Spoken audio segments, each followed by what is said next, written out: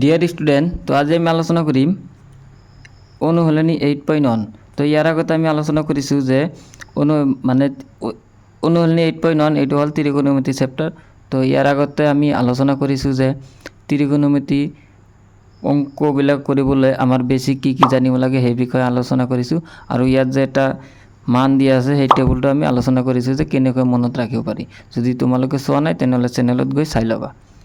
তো আজি আমি আলোচনা কৰিম অনুশীলনী 8.1 এক নম্বৰটো প্ৰথমে। তো ইয়াত কি দিয়া আছে, ত্ৰিভুজ ABC, ত্ৰিভুজ ABC, ত্ৰিভুজৰ বি কোণ সমকোণ। ঠিক আছে, সমকোণ মানে কি 90 ডিগ্ৰী।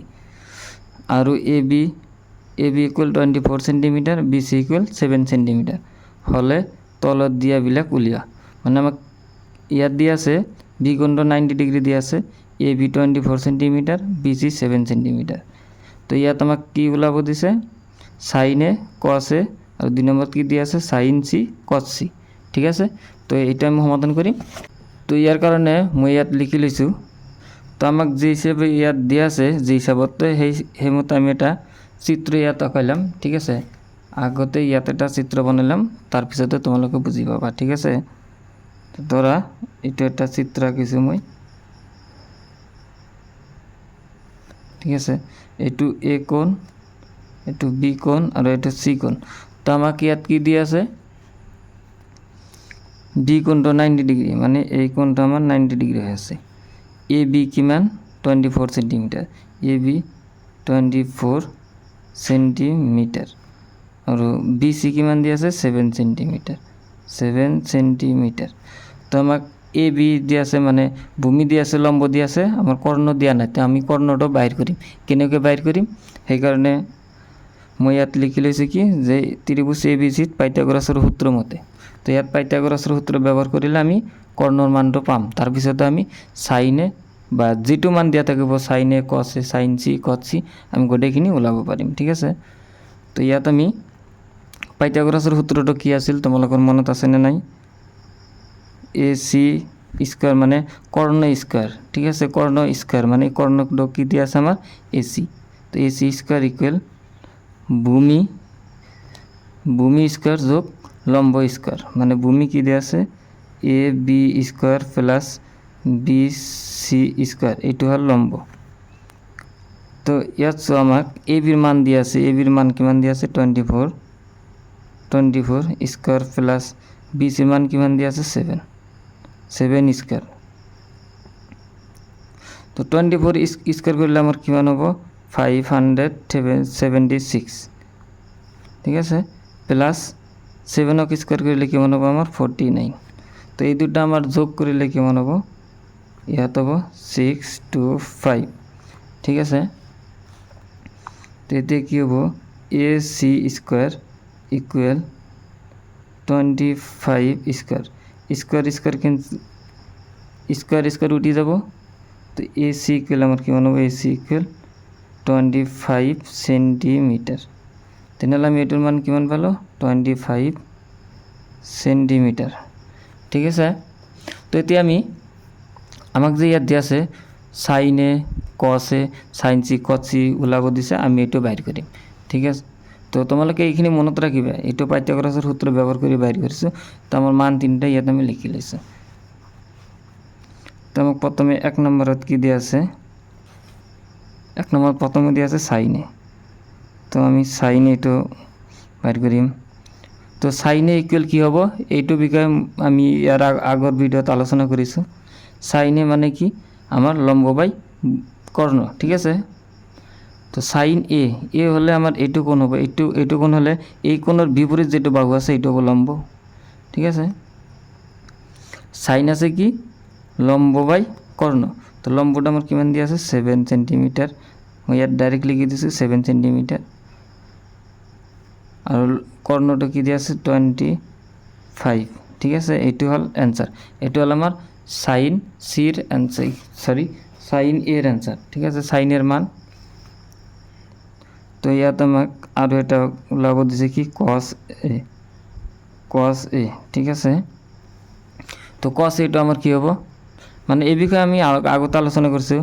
সাইন সাইন থাকিলে কি হ'ব, কছ থাকিলে কি হ'ব, টেন থাকিলে কি হ'ব। তোমালোকে যদি সেই ভিডিঅ'টো চোৱা নাই তেনেহ'লে চেনেলত গৈ চাই ল'বা, তেনেহ'লে এইটো ভালকৈ বুজি পাবা। তো কছে আমাৰ কি হ'ব, কছে কি হ'ব, ভূমি বাই কর্ণ। ঠিক আছে, ভূমি আমার কিমান দিয়া আছে 24 আর কর্ণ দিয়া আছে 25। এইটো অ্যান্সার, এইটো হল অ্যান্সার, এইটো অ্যান্সার। তো সাইনের মান এইটো, কসের মান এইটো। ঠিক আছে, তো এতিয়া আমি কৰিম 2 নম্বৰ। 2 নম্বৰত আমাক কি দিয়া আছে, সাইন সি আৰু cos C. Sine C equal, তো সাইন সি, সি হলে আমাৰ কোনটো হ'ব, এইটো। এই কোণ হলে এই কোণৰ বিপৰীত যেটো বাহু আছে এইটো আমাৰ লম্ব হ'ব, আৰু এই সি কোণৰ লগত যেটো বাহু আছে এইটো হ'ব আমার ভূমি। ঠিক আছে, তো এইটো যদি হয় লম্ব ভূমি কর্ণ, তেনেহ'লে আমার সাইন সি হ'ব কিমান, সি কোণৰ বিপৰীত আছে এ বি কোণ, তো এইটো হ'ব আমাৰ লম্ব, আৰু সি কোণৰ লগত যেটো আছে এইটো হ'ব ভূমি। তো আমাক ইয়াত মই এইটো ইয়াত কৰিছোঁ। ঠিক আছে, তোমালোকে বুজি পাবা। 2 নম্বৰ চিত্ৰত চাই তোমালোকক ইয়াত আমি বুজাই দিম। Sine C equal, sine C equal আমাৰ কি আছে, একেই, এইটো আমি কি দিছোঁ লম্ব বাই কর্ণ, তো এইটো আমার কি হ'ব লম্ব বাই কর্ণ। তো লম্ব আমার কি হ'ব 24 বাই কর্ণ কিমান আছে 25। তো ইয়াত চোৱা, এই সাইন সিৰ মান আৰু কস এৰ মান একেই হৈছে, আৰু আছে আমাৰ কিমান কস সি ইকুৱেল, কস সি ইকুৱেল আমার কি হ'ব ভূমি বাই কর্ণ। ঠিক আছে, তেনেহ'লে ভূমি কি হ'ব 7 সেন্টিমিটার, আৰু কর্ণ কিমান হ'ব 25 সেন্টিমিটার। এইটো এই দুটা হল আমার অ্যান্সার, এইটো অ্যান্সার, এইটো অ্যান্সার। ঠিক আছে, তো আশা কৰো তোমালোকে বুজি পাইছা এইটো ভালকে। তো যদি ভিডিওটো ভাল লাগে এটা লাইক কৰি দিবা, চেনেলত নতুন হলে সাবস্ক্ৰাইব কৰি দিবা।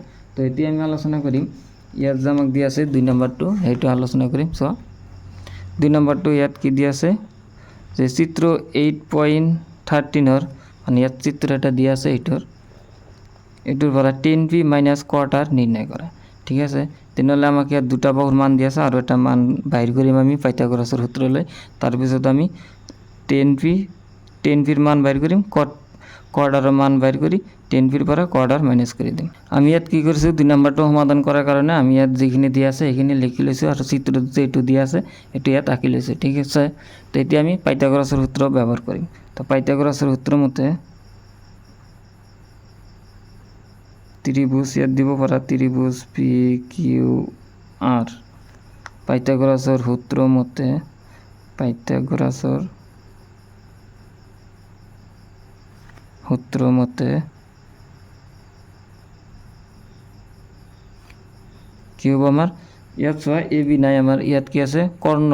তোমালোকে কেৱল মনত ৰাখিবা যে কৰ্ণ স্কয়াৰ ইকুৱেল ভূমি স্কয়াৰ যোগ লম্ব স্কয়াৰ। ঠিক আছে, এইখিনি মনত ৰাখিবা।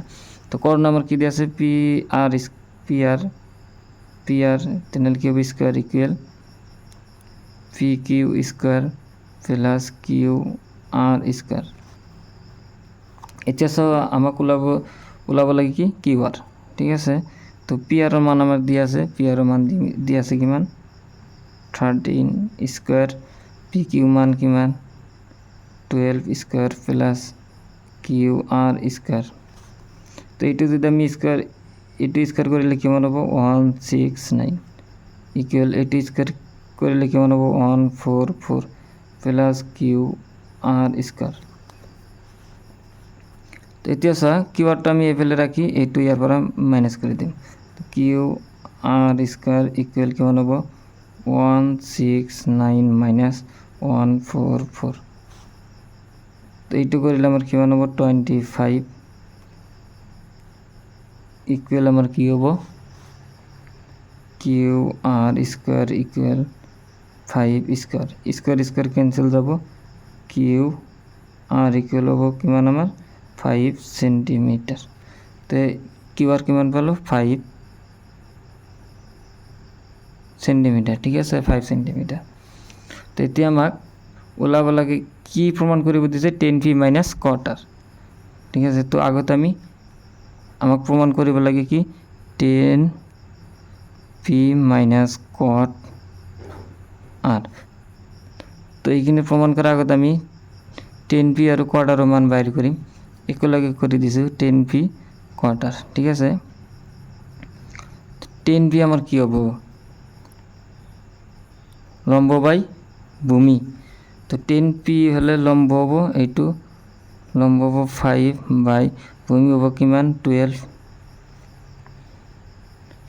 মাইনাস কোয়ার্টার আমার কিমান হ'ব 10 এর বিপরীত হ'ব 10 এর বিপরীত হলে আমার কি হ'ব সরি 10 এর বিপরীত মানে কি ইয়াত আর দিয়া আছে তো ইয়াত আমি যদি আর ধরো এইটু কোণ ঠিক আছে তো আমি প্রথমে বেলেগ করে বাইর করে লইছি ঠিক আছে তোমালোকে বুঝি পাবা নহলে বুঝি না পাবা তোমালোকে বোঝার কারণে মই সহজ করে লিখি আছো 10p ইকুয়াল আমার কিমান হ'ব লম্ব বাই ভূমি তো লম্ব p কারণে লম্ব এইটো 5 বাই ভূমি আছে কিমান 12 আৰু cot r ঠিক আছে cot r এইটো হ'ব r তো এইটো দিলাম লিখো এটা আমার কি হবে যদি আমি ইয়াত 10 বলি ধরো 10 ধরিলে আমার কি কিমান হ'ব লম্ব বাই ভূমি তো ইয়াত লম্ব কিমান আছে pq বাই qr 10 এর মানে 10 এর কারণে লম্ব বাই qr হ'ব মানে লম্ব বাই ভূমি হ'ব তেনেহলে যদি আমি এটো কটৰ কারণে লিখো তেনেহলে আমার কি হ'ব ভূমি বাই লম্ব তো ভূমি আমার কিমান আছে 5 ডিভাইডেড বাই এইটো হ'ব কি লম্ব আছে কিমান 12 সেন্টিমিটার দিব না লাগে ঠিক আছে এইটো মান আমি 10p আৰু কোৱাৰ্টাৰৰ মান বাইৰ কৰিছো তো 10p আৰু কোৱাৰ্টাৰৰ মান যদি বাইৰ হৈছে তেনেহলে আমাক ইয়াত কি লাগে 10p minus cot r equal 10p এর মান কিমান আছে আমাৰ 10p 5 বাই 12 এইটো পালো মাইনাস কোয়াৰ্টাৰৰ মান কিমান আছে 5 বাই 12 তো ইয়াত চোৱা এইটো আৰু এইটো সমান তো ইয়াৰ পৰা এইটো বিয়োগ কৰিলে আমাৰ কি থাকিব 0 এইটো আমাৰ কি অ্যানসার ঠিক আছে এটা আমার অ্যানসার হয় তো ভিডিওটা ভালো লাগলে এটা লাইক করে দিবা চ্যানেলত নতুন হলে সাবস্ক্রাইব করে দিবে এটি আমি 3 নম্বরটা করি ইয়াত সো আমার 3 নম্বরটা কি দিয়া আছে যদি sin a ইকুয়াল 3/4 তেন্তে cos a আৰু tan a উলিয়া ঠিক আছে এইটো আমি যদি চিত্র আঁকি sin cos tan এর মান বাইর করি করো তেনহলে বহুত ডাঙৰ অঙ্কটো আমি সৰুকৈ মানে সূত্ৰত ফেলাই সৰুকৈ কৰি দিম ঠিক আছে তো আমাক কি দিয়া আছে প্রথমে হেতু লিখিলাম 3 নাম্বার 2 তো আমাক দিয়া আছে কি দিয়া আছে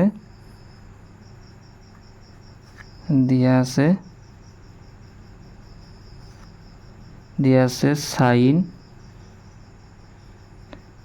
a ইকুয়াল কিমান 3/4 আছে 3/4 এইখিনি আমার দিয়া আছে তো বাকিখিনি আমি উলাম cos a আৰু sin এর মানটো উলাম তো এইখিনি দিয়া আছে তো আমি cos এর এটা সূত্র আছে তোমালোকে চাই লবা cos a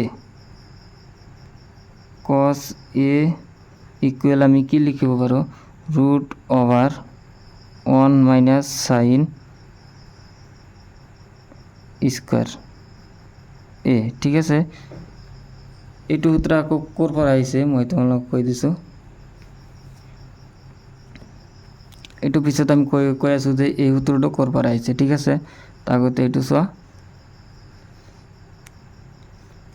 ইয়াত চোৱা তোমালোকে এটা সূত্র পাইছা যে এটা আগত কৈ দিছো sin থিটা প্লাস cos sin স্কয়ার থিটা প্লাস cos স্কয়ার থিটা ইকুয়াল কিমান পাইছা 1 এটা সূত্র পাইছা তো ইয়াৰ পৰা চোৱা যদি আমি cos টো এইফালে রাখো তেনেহলে কি হ'ব cos স্কয়ার থিটা ইকুয়াল হ'ব কিমান আমাৰ 1 এইফালে sin স্কয়ার কি আছে প্লাস এ বুলি গলে মাইনাস sin স্কয়ার থিটা, ঠিক আছে। তেনেহ'লে ইয়াত স্কোয়াৰ আছে, আমি স্কোয়াৰটো তুলিলে কি হ'ব, cos theta equal root over 1 minus sine square theta, ঠিক আছে। এইটো সূত্ৰ। চ তোমালোকে এই সূত্ৰটো আমি ইয়াত ব্যবহাৰ কৰিছোঁ যাতে আমাৰ কসেৰ মানটো সোনকালে বাহিৰ হয়। তো cos equal root over 1 minus sine square A, তো ইয়াত এ বুলি দি আছে, আমি এ লিখিছোঁ। ৰুট অভাৰ 1 মাইনাছ সাইনৰ মান কি দিয়া আছে 3/4 ইয়াত স্কোয়াৰ আছে, ইয়াত হোল স্কোয়াৰ হ'ব, ইকুৱেল ৰুট অভাৰ 1 মাইনাছ এইটো পূৰণ কৰিলে কিমান হ'ব 9/16, ঠিক আছে। তো ইয়াৰ পৰা আমি কি ল'ম, এর মানে রুটের ভিতরে আমি লসাগু লালে আমার কিমান হ'ব 16 মাইনাস 9 ইকুৱেল আমাৰ হয়ে যাব কিমান ৰুট অভাৰ ইয়াত থাকিব কিমান 7 আৰু ইয়াত যে 16 আছে ইয়াক আমি স্কোয়াৰ কৰিলে কিমান হ'ব 4 স্কোয়াৰ। এতিয়া চোৱা এই 4 ৰ লগত স্কোয়াৰ আছে, এই ৰুটটো উঠি যাব, উঠি গৈ কি হ'ব কেৱল মানে ৰুট 7/4 হ'ব, ঠিক আছে। তো এটা আমি কিহৰ মান পালো কস এ, এটা হলো আমার কসের মান পাইছো। কস এর মান তেনেহলে কি হলো আমাক দুটা বস্তু ওলাব দিছে কি কস এ আৰু tan এ। তো কসের মানটা আমি বাইর করছি, এটা আমি tan এ বাইর করি, tan এ। তো tan এ ইকুয়াল আমি কি লিখব পারি sin এ বাই cos এ, ঠিক আছে। এইটো সূত্র আছে, এই সূত্র তোমালোকে পাইছা, ত্রিকোণমিতি দিয়া আছে, সূত্রবিলাক চাই ল'বা। তো ইয়াত tan এ ইকুৱেল কি sin এ বাই cos এ, এটা আমি লিখিব পাৰি। তো ইয়াত sin এর মান আমাক দিয়া আছে, ইয়াত কিমান দিয়া আছে 3/4 আৰু cos এৰ মানটা আমি এইমাত্ৰ ইয়াত পালো, কি পাইছো ৰুট অভাৰ 7/4।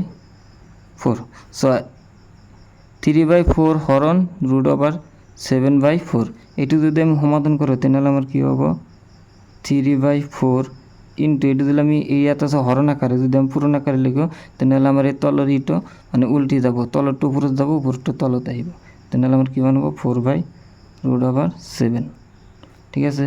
এই 4 ক্যান্সেল যাব, ইকুয়াল আমার কি হ'ব 3/7। সরি স্ক্রিনত হয়তো দেখা নাই তোমালোকে, মই আকৌ কৈ দি আছোঁ।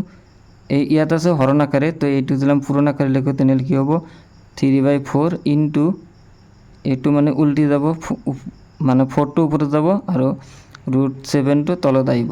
তো ইয়াত 4/√7 হৈছে, 4 ক্যান্সেল, অ্যান্সারটা আমার কি আহিব 3/√7 ইকুয়াল tan এ। তো এর থেকে আমি কি পালো cos এ ইকুয়াল √7/4 আৰু tan এ ইকুয়াল কিমান পালো 3/√7। তো আজিৰ কাৰণে এইখিনি ভিডিঅ' আছিল, তোমালোকক এই 3টা অংক সমাধান কৰি দিছোঁ। তো ইয়াৰ পিছত আমি গোটেইখিনি সমাধান কৰি দিম। ভিডিঅ'টো যদি ভাল লাগে এটা লাইক কৰি দিবা আৰু তোমাৰ বন্ধু বান্ধৱীৰ লগত শ্বেয়াৰ কৰিবা আৰু চেনেলত নতুন হ'লে ছাবস্ক্ৰাইব কৰি দিবা এই ধৰণৰ ভিডিঅ' চোৱাৰ কাৰণে। তো আজিৰ কাৰণে এইখিনি, বাই বাই, টাটা।